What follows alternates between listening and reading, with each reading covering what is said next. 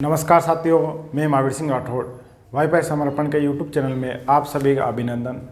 साथियों, राजस्थान पुलिस की एग्ज़ाम नज़दीक है। आपकी तैयारी बेहतरीन होनी चाहिए और आपके उज्जवल भविष्य की शुभकामनाओं के साथ आज टॉपिक शुरू करेंगे जनरल साइंस में मानव रोग। और मानव रोग के बारे में मैंने आपको बैक्टीरिया, वायरस और प्रोटोजोआ से संबंधित जानकारी आपको दे चुका हूँ। आज की बात करेंगे तो फंजाई के बारे में। तो फंजाई से होने वाली जो डिजीज़ है उनकी चर्चा आज करेंगे। फंजाई बोल दो, फफूंद बोल दो, या आप कवक जनित रोग बोल दो। देखो, कवक जनित रोग कौन से होते हैं? आपने देखा होगा कि कई व्यक्तियों को दाद है, खाज है, खुजली है, ठीक है ना। दाद, खाज, खुजली, गंजापन, ये सभी आपके फंजाई से जुड़े हुए रोग होते हैं या फफूंद से जुड़े हुए हैं। आपने कई बार देखा होगा कि घर के अंदर जब हम झाड़ू लगाते हैं तो वो जो डस्ट होती है, उस डस्ट से कई व्यक्तियों को बाधा उत्पन्न होती है सांस लेने में। या फिर हम राजस्थान के खेतों से बिलोंग करते हैं तो राजस्थान के ज़्यादातर लोग कृषि पे आधारित है। और जब हम इस समय यानी लगभग अक्टूबर नवंबर के अंदर जब खेती वापिस उसको कवर करते हैं, उसमें कई प्रकार के फंजाई यानी फफूंद होते हैं, डस्ट उड़ते हैं और जिससे कई लोगों को बाधा उत्पन्न होती है सांस लेने में। वह सारे रोग क्या कहलाते हैं? आपके कवक जनित रोग। अब कवक जनित रोगों को याद करने के लिए मैं एक ट्रिक ले लेता हूँ। ये ट्रिक आपको कवक जनित रोगों को कवर कर लेगी। तो देखो, आज की ट्रिक क्या रहेगी वो देखो। गंजा दामाद फ्रूट खाए। क्या ट्रिक रहेगी? गंजा दामाद फ्रूट खाए, ठीक है ना। ये याद करने का तरीका है। अब देखो, गंजा दामाद है या कोई सा दामाद है, वो इससे क्या मतलब है हमें याद करना है। गैस से होता है गंजापन। क्या होता है? गंजापन होता है। ये जो गंजापन होता है, जिससे कई व्यक्तियों की जो केस ग्रंथियां होती है, वो केस ग्रंथियां टीनिया कैपिटस रोगजनक की वजह से धीरे धीरे वो केस ग्रंथियां विलुप्त हो जाती है, यानी नष्ट हो जाती है। और वो ग्रंथियां, केस ग्रंथि जब नष्ट हो जाती है तो नए बाल उगना बंद हो जाएंगे। और नए बाल उगना बंद हो जाएंगे तो पहले के जो बाल है वो मृत कोशिकाएं धीरे धीरे सिर से बाल झड़ना शुरू हो जाएंगे। और नतीजा ये होगा कि व्यक्ति कैसे दिखाई देगा? गंजा दिखाई देगा। तो आपने देखा होगा जैसे केस किंग है, पतंजलि के एड आते हैं तो वो उस केस ग्रंथियों को पुनः जीवित करने का कार्य करते हैं। तो बालों का झड़ना क्या है? गंजापन है। और ये जो गंजापन है वो एक कवक जनित रोग है। राजस्थान पुलिस, पटवार, रेलवे, एसएससी, रीट, इसके अंदर मोस्टली यही पूछा जाता है कि गंजापन निम्न में से कौन सा रोग होता है? तो कवक होता है कि या आपके प्रोटोजोआ होता है, या वायरस होता है, या बैक्टीरिया होता है? तो सीधी सी बात है, या फंजाई से होता है, यानी कवक जनित रोग होता है। चलो अगला देखो, दांत से क्या बनता है? दामाद मैंने लिखा, दामाद से दो रोग बनाएंगे। एक तो बनाएंगे दांत से बनाएंगे दाद। कौन सा बनाएंगे? दाद। और अगला रोग इससे बनेगा दमा। तो ये दमा क्या होता है? जिसको हम अस्थमा बोलते हैं। ये अस्थमा व्यक्तियों को सांस लेने में बाधा उत्पन्न होता है, सांस नहीं आता, सांस लेने में बड़ी कठिनाई होती है, वो दमा रोग होता है। दाद क्या होता है? व्यक्ति के त्वचा के ऊपर जो स्किन होती है उस पर चकते बन जाते हैं और वो चकते इतने गहरे गड्ढे टाइप हो जाएंगे, दर्द होता है और पूरी त्वचा खराब हो जाती है। यानी दमा और दाद दोनों ही आपके कवक जनित रोग होते हैं। अब देखो अगला है फ्रूट। फ्रूट से आपको बनाना एथलीट, एथलीट फुट। अब इसमें क्या होता है, जो व्यक्ति के जो पैर होते हैं वो पैर की जो त्वचा मोटी हो जाएगी और फट जाएगी, उसको क्या बोलते हैं? एथलीट फुट कहते हैं। अब खाए से आपको रखना है खाज और खुजली। तो खाज और खुजली है वो आपके कवक जनित रोग होते। राजस्थान पुलिस में पीछे के पेपर को अगर देखा जाए तो वहां से निम्न में से कौन सा रोग होता है या नहीं होता है, उसमें वायरस का भी पूछा है, बैक्टीरिया का भी पूछा है, प्रोटोजोआ का भी आ सकता है, कवक का भी आ सकता है, हेलमिंथेस का भी आ सकता है, आनुवांशिक भी हो सकता है, ठीक है ना। तो आपको याद करना है कि गंजा मतलब गंजापन कवक जनित रोग है, दांत कवक जनित रोग है, दमा कवक जनित रोग है, एथलीट फुट कवक जनित रोग है, और खाज और खुजली भी क्या है? कवक जनित रोग होता है। अब थोड़ा सा मैं आपको इनमें थोड़ा सा डिटेल से समझा देता हूं। नंबर 1 ले लेते हैं, गंजापन। जैसा आपको पता है कि इसका लक्षण क्या होगा? क्या होगा, व्यक्ति के सर के बाल झड़ना शुरू हो जाएंगे। गंजापन का क्या है, व्यक्ति के बाल झड़ना शुरू हो जाएंगे। क्यों, केश ग्रंथियां नष्ट होने के कारण। अभी केश ग्रंथियां क्यों नष्ट होती है, इसका रोगजनक क्या है, तो टीनिया कैपिटस इसका रोगजनक है। इसका रोगजनक क्या है, आपको याद करना क्या है, रोगजनक। तो इसका रोगजनक है टीनिया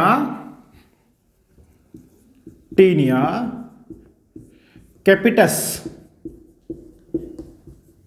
अब दोबारा समझो, गंजापन एक कवक जनित रोग है जिसके होने से व्यक्ति के केश ग्रंथियां नष्ट होती है, धीरे धीरे पूरे जो बाल होते हैं वह झड़ना शुरू होते हैं और अंतिम नतीजा क्या होता है, व्यक्ति गंजा हो जाता है। रोगजनक क्या है इसका, टीनिया कैपिटस है। अब इसका सॉल्यूशन क्या होता है, समाधान क्या होता है, तो कुछ ऐसी जड़ी बूटियां होती है, ठीक है, जिनसे केश ग्रंथियां पुनः जीवित होती है, जिसके आधार पे मार्केट के अंदर आजकल केश किंग पतंजलि नाम के कई प्रोडक्ट उपलब्ध है। ठीक है, अब बात करते हैं अगले रोग के बारे में। तो अगला रोग आता है कौन सा, दाद। कौन सा रोग आता है, दाद। जैसा नाम से पता, दाद में क्या होता है कि हमारी जो त्वचा होती है, समझ रहे बात को, जो हमारी जो त्वचा होती है उस त्वचा में चकते बन जाएंगे, ठीक है, और चकतों में खुजली आएगी, यानी दर्द होगा, खुजली आएगी। और जब व्यक्ति खुजली करेगा उस चकतों पे तो वो धीरे धीरे त्वचा एक भयंकर रूप ले लेती है और दर्द के मारे वो चिल्लाता है, यानी कि दांत के अंदर क्या होता है, त्वचा खराब हो जाती है। लेकिन ऐसा होता क्यों, इसका रोगजनक क्या है, तो इस दाद का रोगजनक ट्राइकोफाइटन होता है। क्या होता है रोगजनक, इसका रोगजनक की मैं बात करूं, रोगजनक, इसका रोगजनक होता है ट्राइकोफाइटन। अब इसका सॉल्यूशन क्या होता है, चलो हो गया सो हो गया। अब सॉल्यूशन की मैं बात करूं तो देखो, दांत के लिए क्या किया जाता है, कई प्रकार के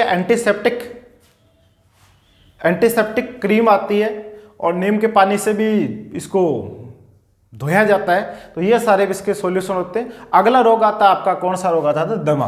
कौन सा रोग है, नेक्स्ट की बात करूं तो दमा। अब दमा का क्या होता है, अस्थमा भी बोला जाता है। दमा को क्या बोला जाता है, अस्थमा।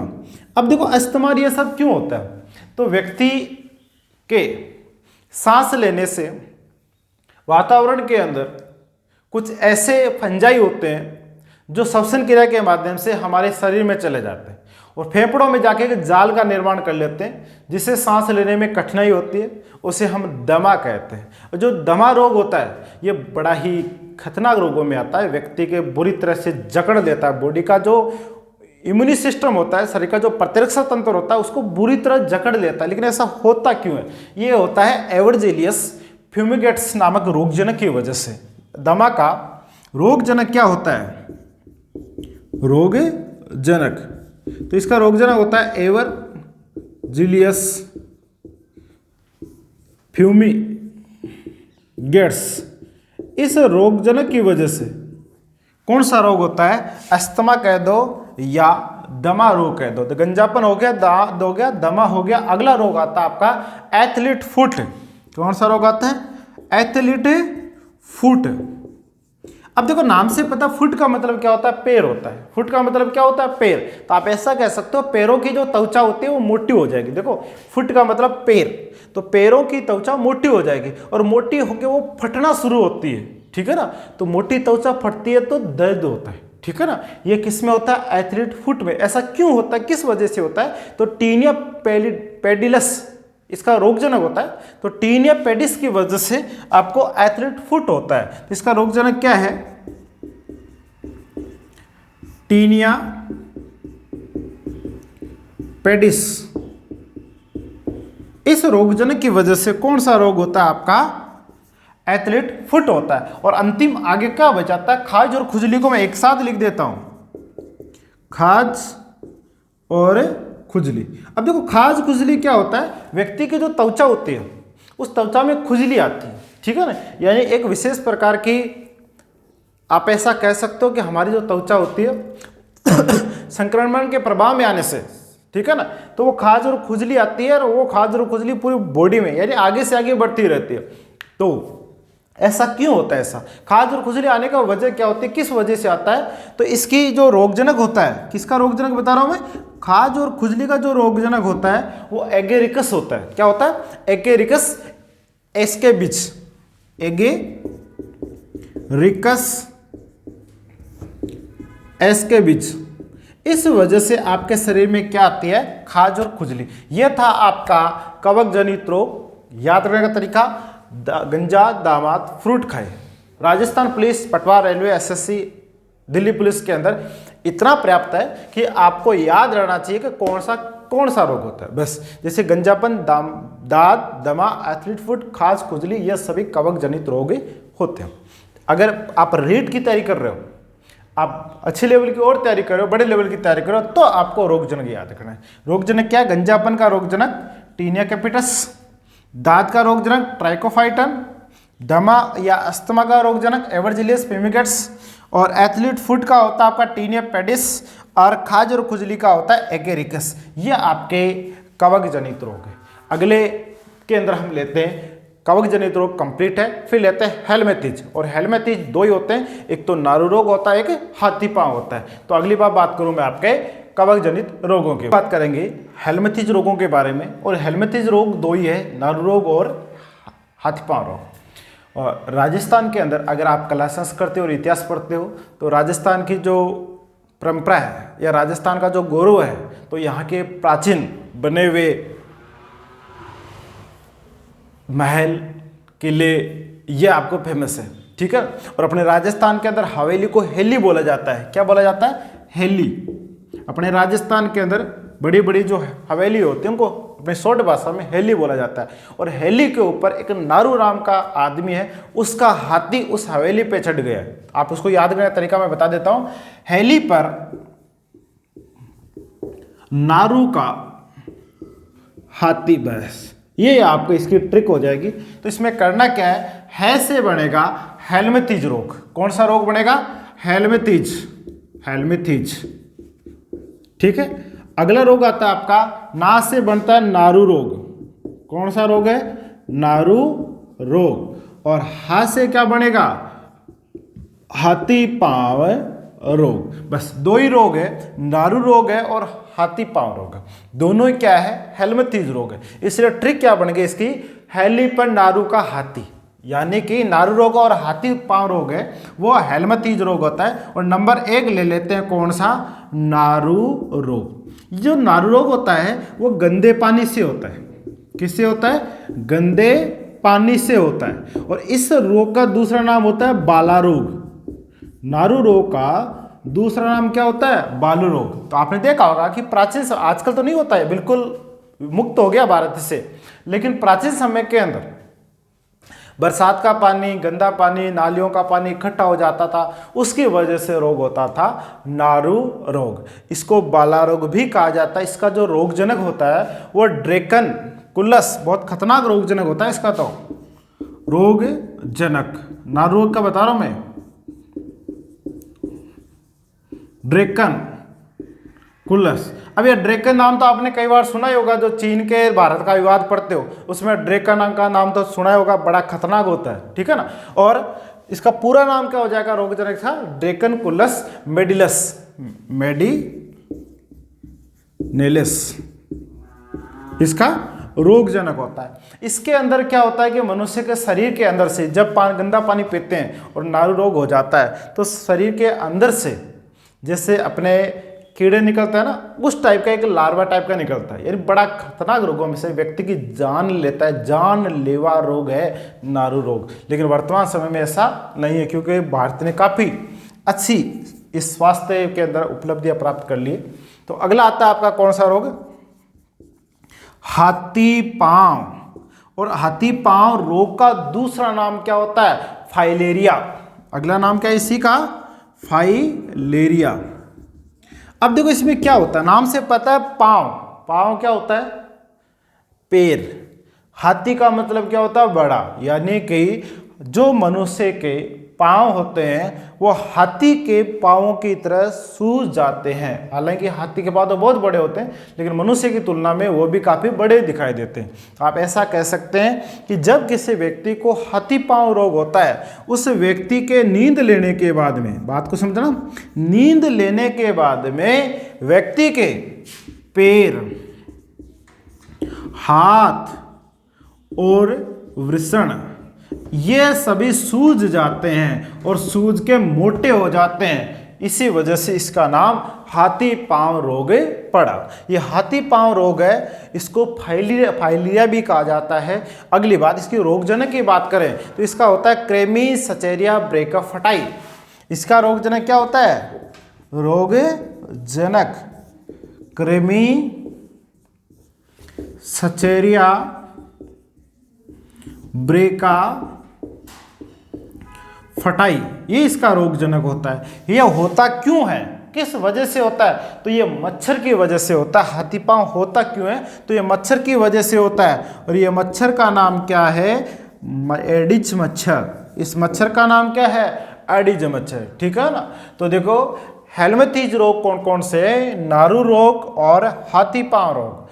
नारू रोग का रोगजनक ड्रेकनकुलस, जबकि हाथी पांव का रोगजनक क्रेमीसचेरिया ब्रैकियोफाइटा होता है। ये आपका हेलमिंथेस रोग होता है। अब मैं असंक्रामक रोगों की चर्चा आपके साथ कर लेता हूँ। पहले रोग आता है असंक्रामक रोग। देखो असंक्रामक रोग क्या होते हैं? आपने संक्रामक पढ़ा, अभी तक आपने मैंने जो पढ़ाया, प्रोटोजोआ पढ़ाया, हेलमिंथेस पढ़ाया, कवक जनित रोग पढ़ाया, वायरस जनित रोग पढ़ाया और जीवाणु जनित रोग पढ़ाया। वो सभी रोग क्या होते हैं? एक व्यक्ति से दूसरे व्यक्ति में फैलते हैं, यानी एक जीव से दूसरे जीव में फैलते हैं। अगर व्यक्ति मर भी जाता है तो भी अपने अवशेष किसी न किसी व्यक्ति में छोड़ जाता है, वो कहलाते हैं संक्रामक रोग। लेकिन असंक्रामक रोग क्या होते हैं? ये किसी भी व्यक्ति विशेष या किसी भी जीव के अंदर अगर ये रोग होते हैं लेकिन उससे किसी दूसरे व्यक्ति में नहीं जाते। समझ आ गई बात? यानी व्यक्ति की मृत्यु के बाद में वो रोग वहीं पे खत्म हो जाते हैं। अगर मान लो उस सही भी हो गया, वो व्यक्ति सही भी हो गया, तो भी उसकी वजह से किसी दूसरे में वो ट्रांसफर नहीं होते। यानी ट्रांसफर नहीं होने वाले डिजीज आपके असंक्रामक रोग कहलाते हैं। जैसे किसी व्यक्ति के शरीर में अगर प्रोटीन की कमी है तो प्रोटीन की कमी से जो रोग होते हैं वो उसी एक व्यक्ति में होंगे, उसके पूरे परिवार को, उसके परिवार मतलब रिश्तेदार को या उसके आपके नज़दीकी जो व्यक्ति होता है उसमें नहीं फैल सकते। अगर किसी के शरीर में विटामिन की कमी है तो उस व्यक्ति में ही है, किसी और में विटामिन की कमी नहीं हो सकती। इसी प्रकार को मान लो किसी को कैंसर हो गया तो वो कैंसर किसी उसी में होता है। उसी प्रकार मान लो किसी को हार्ट अटैक आ गया तो हार्ट अटैक भी एक क्या है? असंक्रामक रोग भी होता है। तो इसमें कौन कौन से रोग होते हैं पहले मैं ये बता देता हूँ। तो देखो असंक्रामक रोगों में आपके जो सबसे मुख्य होता है, जो एग्जाम में आपसे बार बार पूछा जाता है, वो आपका कैंसर होता है, ठीक है। दूसरा रोग होता है वो होता है इसका हृदयाघात। कौन सा होता है? हृदयाघात, जिसको हम हार्ट अटैक बोलते हैं। अगला आता है आपका विटामिन की कमी, ठीक है। अगला आता है विटामिन की कमी और फिर अगला आता है आपके प्रोटीन की कमी। कौन सा आता है? प्रोटीन की कमी। ये सभी मुख्य तौर पे असंक्रामक रोग होते हैं। असंक्रामक रोगों में नंबर 1 ले लेता हूं मैं, कैंसर। कौन सा है? कैंसर। अब देखो कैंसर के बारे में अगर चर्चा करें तो यह आपके एग्जाम की दृष्टि से काफी महत्वपूर्ण आता है। तो मैं कैंसर ले लेता हूं। यहाँ पे नंबर 1 आता है कैंसर। देखो कैंसर से संबंधित, कैंसर रोग की मैं बात कर रहा हूं, कैंसर से संबंधित पहला जो क्वेश्चन आता है वह विश्व कैंसर दिवस आता है। कैंसर से वर्तमान के अंदर सबसे ज़्यादा मौतें होती है। असंक्रामक रोगों में सबसे भयंकर रोगों में सबसे ज़्यादा जानलेवा अगर कोई है तो वो कैंसर होता है। सबसे ज़्यादा मौतें कैंसर से होती है। इसी वजह से प्रत्येक व्यक्ति को WHO ने कैंसर से जागरूकता के लिए एक दिवस बनाया है और उस दिवस का नाम है विश्व कैंसर दिवस। कौन सा है? विश्व कैंसर दिवस। तो पहले मैं बात करूं तो देखो विश्व कैंसर दिवस, और विश्व कैंसर दिवस मनाया जाता है 4 फरवरी को। अब बात ये होती है कि कैंसर होता क्यों है? तो शरीर में पाए जाने वाला जो प्रोटोऑन्कोजीन है, देखो क्यों होता है वजह मैं बता रहा हूं। तो शरीर में प्रोटोऑन्कोजीन की वजह से कैंसर पाया जाता है। ये प्रोटोऑन्कोजीन होते क्या चीज़ है? तो इसे आप ऐसा कह सकते हो कि कैंसर के उत्पन्न होने का मुख्य कारण शरीर में मिलने वाला प्रोटोऑन्कोजीन होता है। तो कैंसर का मुख्य कारण, तो मुख्य कारण मैं आपको यहाँ समझा देता हूँ। मुख्य कारण, तो शरीर में पाए जाने वाला प्रोटो ओन्कोजीन, ठीक है, प्रोटो ओन्कोजीन, यानी कि शरीर के अंदर गांठ पड़ जाती है। और वैसे मोस्टली ये नहीं होता कि सभी गांठें कैंसर ही होती है, लेकिन कैंसर भी एक प्रकार की शरीर में पाई जाने वाली गांठ होती है। कैसे हुई, इसके लिए मैं आपके जीरो से बता रहा हूँ, शुरू से बता रहा हूँ। तो हमारे शरीर की सबसे छोटी से छोटी, हमारे शरीर की छोटी से छोटी जो इकाई होती है वह कोशिका होती है। तो मनुष्य का शरीर होता है लगभग 5 अरब कोशिकाओं से मिलकर बना होता है। बहुत ज़्यादा कोशिकाएं होती है, 5 अरब खूब होती है। तो 5 अरब कोशिकाओं से मिलकर बना हुआ होता है। यानी शरीर की सबसे छोटी इकाई क्या होती है, सेल होती है, यानी कोशिका होती है। अगली मैं बात करूँ, कोशिकाएं जब आपस में मिलती है, यानी ग्रुप ऑफ सेल, यानी कोशिकाओं का समूह होता है, उसको हम कहते हैं उत्तक, यानी टिश्यू। क्या कहते हैं, टिश्यू, उत्तक कहते हैं।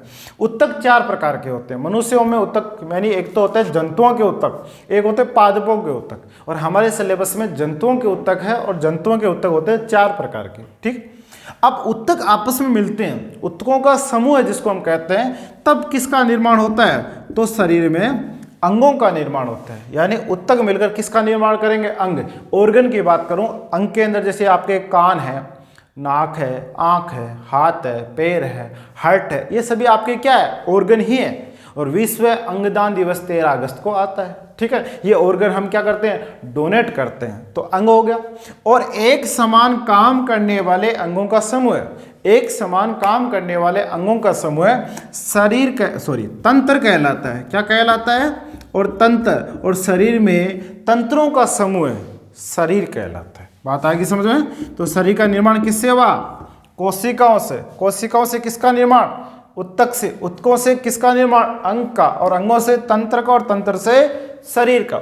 अब देखो बात होती है यहाँ पर, जब सही और सुव्यवस्थित तरीके से कोशिकाएं आपस में मिलती है तो टिश्यू बन जाएगा। लेकिन कभी कभी हमारे शरीर के अंदर ये कोशिकाएं असामान्य और अनियमित वृद्धि कर जाती है, तो फिर ये टिश्यू नहीं बनेंगे, और टिश्यू की जगह वो टिश्यू कैसे हो जाएंगे, असामान्य टिश्यू। कैसे समय, असामान्य उत्तक बन जाएंगे। और वो असामान्य उत्तक होते हैं, वो एक पिंड का रूप ले लेंगे। पिंड का मतलब होता है गांठ का रूप ले लेंगे, ठीक है ना। ये गांठ ही किसका रूप होती है, कैंसर का रूप होती है, ठीक है। और ये गांठ किसकी वजह से बनी, प्रोटो ओन्कोजीन की वजह से ये गांठ का निर्माण होता है। अब हम जब हमारे शरीर में कहीं भी, आपके ब्रेन में हो सकती है, आपके जो शरीर के किसी भी और भी अंग में गांठें बन सकती है, शरीर के रक्त में भी गांठ बन सकती है, लेकिन हमें कैसे पता चलेगा कि ये गांठ कैंसर है। और कैंसर का जांच कराने के लिए, कैंसर के बारे में पढ़ने के लिए सबसे पहला शब्द आता है ऑन्कोलॉजी। कौन सा शब्द आता है, ऑन्कोलॉजी। अब ये ऑन्कोलॉजी क्या होता है, कई बार आपसे एग्जामिनेशन पूछ लिया गया। आप ऐसा कह सकते हैं कि कैंसर का अध्ययन, स्टडी ऑफ कैंसर, कैंसर का अध्ययन क्या कहलाता है, ऑन्कोलॉजी। कौन सा, ऑन्कोलॉजी, कैंसर का अध्ययन। कैंसर का अध्ययन क्या कहलाता है, ऑन्कोलॉजी। अब कैंसर का अध्ययन करते हैं तब पता चलता है कि मनुष्य को कैंसर किस वजह से होता है। जैसे किसी को रक्त की वजह से कैंसर होता है, किसी को विकिरणों की वजह से कैंसर होता है, किसी को रेडियोएक्टिव पदार्थों की वजह से कैंसर होता है, और किसी को धूम्रपान से भी कैंसर होता है। तो सबसे पहला कैंसर आता है ल्यूकीमिया। ल्यूकीमिया। अब ये ल्यूकीमिया भी एक कैंसर का ही रूप है, लेकिन ये कौन सा होता है कैंसर, यानी किसकी वजह से होता है, तो शरीर की कोशिकाओं का कैंसर। आपके शरीर का जो रक्त होता है, रक्त वाहिनियों की वजह से जो कैंसर होता है वो ल्यूकीमिया होता है। यानी WBC होता है, श्वेत रक्त कणिकाएं। तो रक्त की वजह से या रक्त में कैंसर कौन सा होता है, ल्यूकीमिया होता है। दूसरा आपने सुना होगा त्वचा का कैंसर। कौन सा कैंसर है, त्वचा का कैंसर। त्वचा का कैंसर। और यह त्वचा का कैंसर किससे होता है, यह आपके विकिरणों से होता है। किससे होता है, विकिरणों से। कौन सा कैंसर होता है, त्वचा का कैंसर होता है। अगली मैं बात करूं तो आपके हड्डियों का कैंसर। हड्डियों का कैंसर। हड्डियों का कैंसर, और ये आपके होते हैं रेडियोएक्टिव पदार्थों से। किससे? रेडियो एक्टिव पदार्थों से। तो रेडियो एक्टिव पदार्थों से कौन सा कैंसर? हड्डियों का कैंसर। और धूम्रपान से फेफड़ों का कैंसर। कौन सा? फेफड़ों का कैंसर। फेफड़ों का कैंसर धूम्रपान से। धूम्रपान से कौन सा कैंसर होता है? फेफड़ों का कैंसर होता है। आपने देखा होगा कि हम डालडा घी खाते हैं और डालडा घी के अंदर हाइड्रोजनीकरण विधि से वो डालडा घी बनाया जाता है और निकल धातु उत्प्रेरक के रूप में काम लेते हैं और निकल धातु की वजह से हमारे शरीर में कैंसर बनता है। तो डालडा घी से भी कैंसर बनता है। अब ये सारे तो कैंसर के रूप थे, कैसे कैसे कैंसर होते हैं, लेकिन हमें कैसे पता चलेगा कि ये कैंसर ल्यूकीमिया है, ये कैंसर त्वचा का कैंसर है, ये कैंसर हड्डियों का कैंसर है और ये कैंसर फेफड़ों का कैंसर है? इसके लिए हमें बायोप्सी करानी पड़ती है। क्या करानी पड़ती है? बायोप्सी। तो ये भी एग्जाम में क्वेश्चन कई बार रिपीट हुआ है कि बायोप्सी का संबंध किस रोग से है? तो कैंसर से है। या बायोप्सी किसे कहा जाता है? तो कैंसर की जांच, वो कैंसर का अध्ययन है, ये कैंसर की जांच। कैंसर की जांच क्या कहलाती है? बायोप्सी। कैंसर की जांच क्या कहलाती है? बायोप्सी। चलो ये रोग हुआ सो हुआ, अब इसका सॉल्यूशन क्या है, इसका समाधान क्या है? इसमें कई प्रकार के सॉल्यूशन होते हैं। सबसे पहले कैंसर के इलाज के केमिकल से इलाज किया जाता है और वो कहलाता है कीमोथेरेपी। क्या कहलाता है? कीमोथेरेपी। ये जो कीमोथेरेपी होता है ना, केमिकल से कैंसर का इलाज कीमोथेरेपी कहलाता है। और ये बहुत ज़्यादा बार आपके रेलवे विभाग के जितने भी एग्जाम होते हैं, D group, NTPC, loco pilot, जितने भी बड़े अधिकारी के रैंक होते हैं, जेई, जूनियर इंजीनियर, इन सब में सबसे ज़्यादा रिपीट होने वाला क्वेश्चन कीमोथेरेपी है। तो कीमोथेरेपी का संबंध किससे है? कैंसर से। तो इस केमिकल से कैंसर का इलाज कीमोथेरेपी कहलाते हैं। ठीक। एक आपने देखा होगा कि आयोडीन की कमी से भी कैंसर होता है। तो ये थायराइड का कैंसर जिसको बोलते हैं। तो जो थायराइड कैंसर होता है, थायराइड कैंसर होता है, उसके अंदर आयोडीन 131 का उपयोग होता है। तो आयोडीन 131 का उपयोग किस में किया जाता है? तो उसका उपयोग थायराइड कैंसर में किया जाता है। या थायराइड कैंसर के अंदर किसका उपयोग किया जाता है? तो आयोडीन 131 का उपयोग किया जाता है। एक आपने सुना होगा कोबाल्ट 60। तो कैंसर के इलाज में किस धातु का उपयोग किया जाता है? तो आपका सीधा सा जवाब होना चाहिए कोबाल्ट 60 का उपयोग किया जाता है। ठीक है। अब एक आपका रेडियोथेरेपी भी है। कैंसर का इलाज का एक तरीका कौन सा है? रेडियोथेरेपी। रेडियोथेरेपी। रेडियोथेरेपी से भी कैंसर का इलाज होता है। एक आपने देखा होगा कई बार आसानी से इसका इलाज नहीं हो रहा, तो फिर उसको अस्थि मज्जा का प्रत्यारोपण होता है। तो अस्थि मज्जा का प्रत्यारोपण किस रोग में किया जाता है? अस्थि मज्जा का प्रत्यारोपण। तो अस्थि मज्जा का प्रत्यारोपण किस में किया जाता है? तो कैंसर में किया जाता है। ये संबंध जो बातें थी वो कैंसर से जुड़ी हुई थी। थोड़ा सा एक बार रिपीट करते हैं। कैंसर, विश्व कैंसर दिवस 4 फरवरी। कैंसर होने का मुख्य कारण प्रोटो-ऑन्को जीन होता है। अब कैंसर का बारे में अगर अध्ययन करते हैं, उसको ऑन्कोलॉजी का इलाज कहा जाता है। ल्यूकीमिया रक्त का कैंसर होता है। त्वचा का कैंसर विकिरणों से और हड्डियों का कैंसर रेडियोएक्टिव पदार्थों से। फेफड़ों का कैंसर धूम्रपान से होता है और फेफड़ों का जो कैंसर होता है वो डाल्डा खाने से भी होता है। अब देखो कीमोथेरेपी का जो इलाज है वो किस में किया जाता है? कैंसर में किया जाता है। थायराइड कैंसर में आयोडीन 131 का उपयोग होता है। Cobalt 60 radiotherapy. अस्थि मज्जा का प्रत्यारोपण का संबंध कैंसर से होता है। इसी प्रकार के एक रोग आता है हार्ट अटैक। हार्ट अटैक में तो क्या होता है? हार्ट अटैक के अंदर क्या होता है? हार्ट तक रुधिर पहुंच नहीं पाता और उसी की वजह से हार्ट के अंदर एक दर्द उठता है और यानी अटैक जैसा होता है, उसी को हार्ट अटैक आ जाता है। ठीक है। विटामिन प्रोटीन के बारे में आपको मैंने जो वीडियो अपना विटामिन प्रोटीन का उसमें अच्छे से समझा दिया। आज के लिए इतना ही करेंगे। जय हिंद, जय भारत। वीडियो को लाइक शेयर कमेंट जरूर कर देना।